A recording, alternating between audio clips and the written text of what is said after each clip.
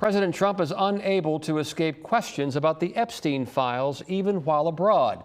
Reporters pressed the commander-in-chief while in Scotland talking about a trade deal with Europe. Here's Raquel Martin with the latest.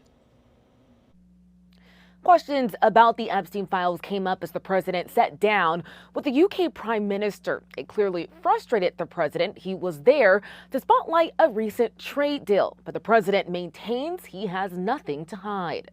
For years, I wouldn't talk to Jeffrey Epstein. President Donald Trump attempted to distance himself from Jeffrey Epstein again Monday. I never had the privilege of going to his island. While in Scotland, taking questions from reporters, he pointed the finger instead at high-profile Democrats. And Bill Clinton went there supposedly 28 times. But did reveal why he kicked Epstein out of his Palm Beach club years ago. He did something that was inappropriate. He stole people that worked for me. I said, don't ever do that again. He did it again, and I threw him out of the place. In Ohio Monday, Vice President J.D. Vance defended the president.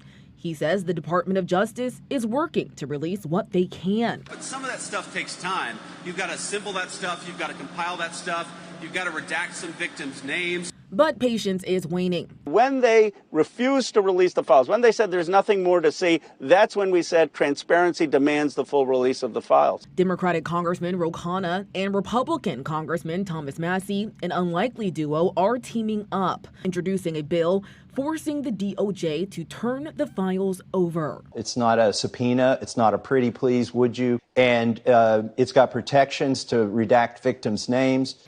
House Speaker Mike Johnson, who sent lawmakers home early last week amid this growing controversy, says he's skeptical of that bill. He instead is endorsing a non-binding resolution that simply calls for the release of the Epstein files.